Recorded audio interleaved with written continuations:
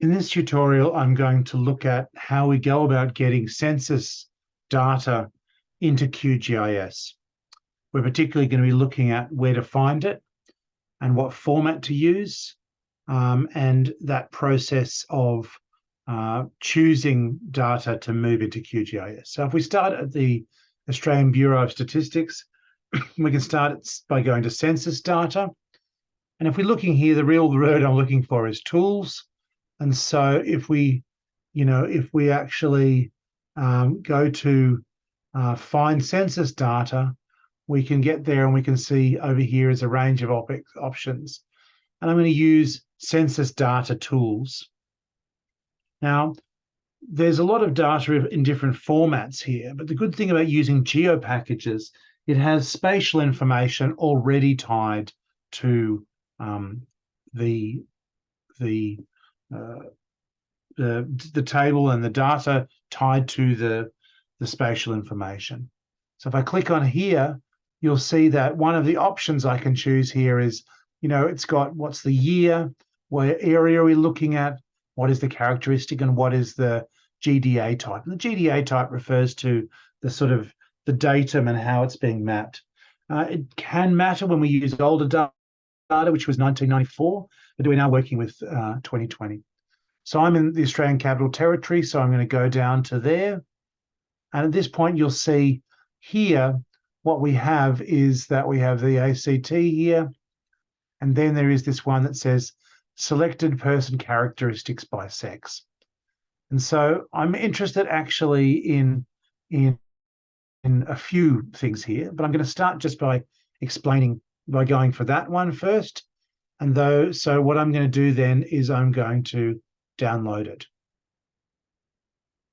Now, I'm also interested in a few other things. So I'm also quite interested in, if we go down, you'll see all of the fields we've got here. It's pretty much all of them.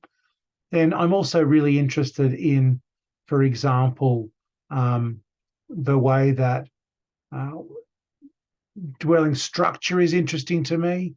If we're looking at those sort of architectural things, dwelling structure is interesting. Household composition, motor vehicles. You can see that there is a lot of information. But I'm actually going to right now stick with just utilizing population. So I've got that. I've downloaded that. I'm also going to go back to 2016, which is really when they start having it.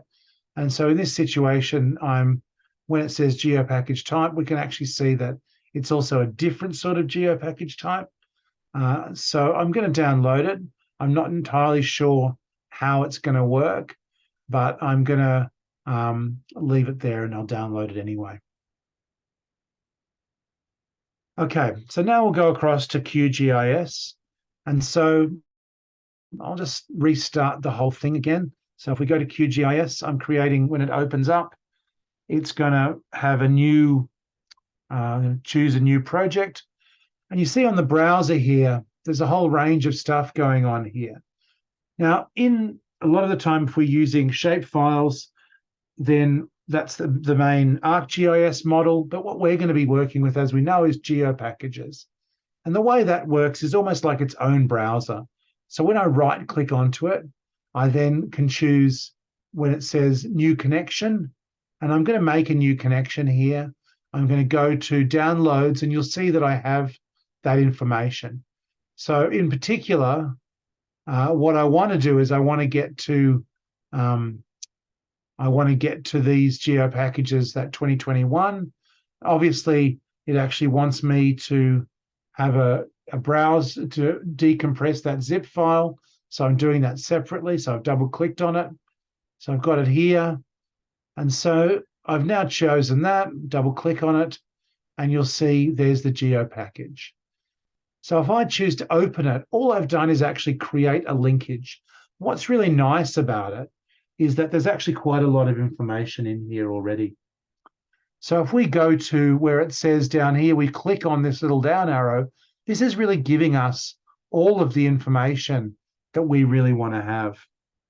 And so a lot of the time we're using SA2 as our detail. We can go even finer to SA1, which is the more anonymized, really inside the suburb level. But SA 2 is really the suburb level. And if I click on that, you'll see it says all fields. So what's really nice about this is that I can actually, a few things we can see here, but I can choose what I want. In this instance, I'm going to be, quite careful about what I'm choosing. And so if we look here, you'll see next to it where it says fields, it says 1, 2, 3, then it says A, B, C, etc. And so that indicates whether or not the field is an integer or whether it's a string. Now, sometimes when you're bringing in data from a CSV or an Excel file, you can have a problem, as I found, where in actual fact the data is coming in as is seemingly to be integers, which is like numbers in Excel, but then when you bring it in, it actually makes it a string, which is text. And the problem with that is you have to convert it, and that's quite a laborious process. What's nice about coming in through GeoPackages is it already has that converted. Now, let's keep our life simple. And so I'm going to choose the fields that I want here. And so, it's showing us all of them. Let's see whether or not I can, whether I can choose them. If I choose total, so here's the code, here's the name of the suburb's code, total population, TPP. And I can also want to go down the bottom here, and I'm going to, if I choose area, that might give me, that's again, you can see that's a decimal. And if I go here, that gives me that information. Now, if I right click here, let's see if I can actually drag that information, or whether I can choose what those fields are, or whether I just have to get the whole lot. Looks like I'm going to have to get the whole lot, but nonetheless, we can see what those fields are. So let's actually then get that and drag it into here. You'll see we've now got all of that data. And so obviously that's kind of almost more data than I want in this situation. And if we want to see what data we've got here, if we then go here and we right click on it, we can then choose to open the attribute table. And when we open the attribute table, we can see all this data is here, and there's masses of it, right? And so, on the one hand, there's the code, there's the unique ID, there's the code, there's the total population male, total population female. So I'm just inferring this total PP. Then we've got ages we can see across the top. We've got lots of information. There's lots of stuff in there about a whole range of things. And then at the end, we can see, in a way, it's area, albas, square kilometers. Albas is probably presumably a measurement method, and square kilometers is that. So we're going to use that for density. Now, there is a lot of data in here.